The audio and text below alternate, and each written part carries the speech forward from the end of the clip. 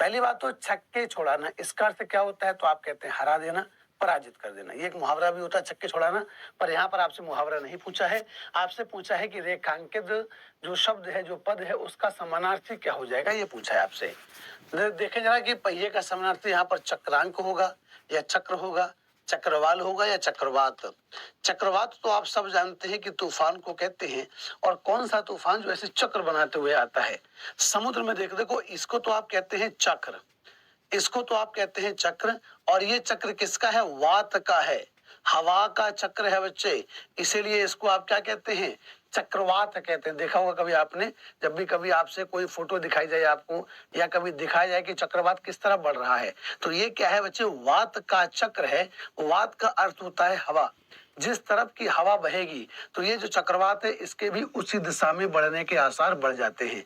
तो ये क्या है, चक्र है, मतलब चक्का है, एक प्रकार से पहिया है, और ये किसका पहिया है, तो हवा का पहिया है एक तरीके से। तो इसलिए कहा जाता है चक्रवात। जो समुद्री तूफान वगैरह होते हैं उसको आप चक्रवात कहते हैं, ठीक है ना। तो चक्र शब्द हो जाएगा यहाँ पर। और कहा जाए चक्र शब्द का तद्भव क्या होगा, तो आप कहेंगे चक्र शब्द एक तत्सम शब्द है, और चक्र का तद्भव चक्का होता है। चक्र एक तत्सम शब्द है और चक्र का तद्भव चक्का होता है। तो बच्चे अभिमन्यु ने रथ के पहिए से 7 महारथियों के चक्के छुड़ा दिए। कभी कह दिए कि जरा बताएं 7 शब्द का तत्सम क्या होगा, तो आप कहेंगे 7 शब्द का तत्सम शब्द होता है। 7 का तत्सम क्या होता है, तो आप कहेंगे शब्द होता है। कहा जाए रथ शब्द में कौन सी संज्ञा होगी, तो आप कहोगे सर रथ शब्द में जातिवाचक संज्ञा होगी। एक सवाल में, एक ही वाक्य में वो आपसे 10वें सवाल बना सकता है ना एग्जामिनर। पूछा जाए अभिमन्यु में कौन सी संज्ञा होगी, तो ये किसी व्यक्ति विशेष का नाम है, तो इसमें प्यारे बच्चों आपकी व्यक्तिवाचक संज्ञा होगी, व्यक्तिवाचक संज्ञा होगी।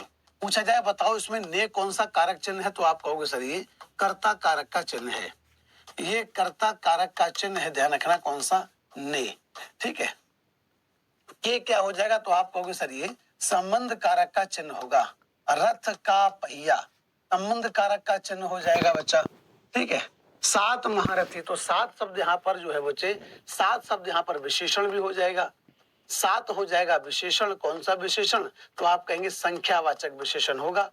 कितने महारथी, 7 महारथी, निश्चित संख्यावाचक विशेषण हो जाएगा 7। और महारथी शब्द जो है वो आपका यहाँ पर संज्ञा भी है, जातिवाचक संज्ञा भी है, उसके अलावा ये आपका विशेष भी है, क्योंकि इसकी विशेषता बताई जा रही है। तो ये जातिवाचक संज्ञा भी है और विशेष भी है, ध्यान रखना, क्लियर। तो एक ही वाक्य में वो चाहे तो आपसे 20 सवाल बना सकता है एग्जामिनर। तो एक ही चीज को मत सीखना, एक से अधिक जो चीजें हैं उसको भी सीखते रहना।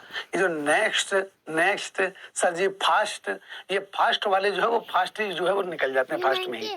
तो नेक्स्ट और फास्ट वाले थोड़ा सा थमे रहा करें। रेखांकित शब्द का समानार्थी शब्द जरा चुनिए, इनमें से क्या होगा। वह जिस कार्यालय में कार्यान्वित था उसमें उसका सर्वोच्च स्थान था, जरा बताएं।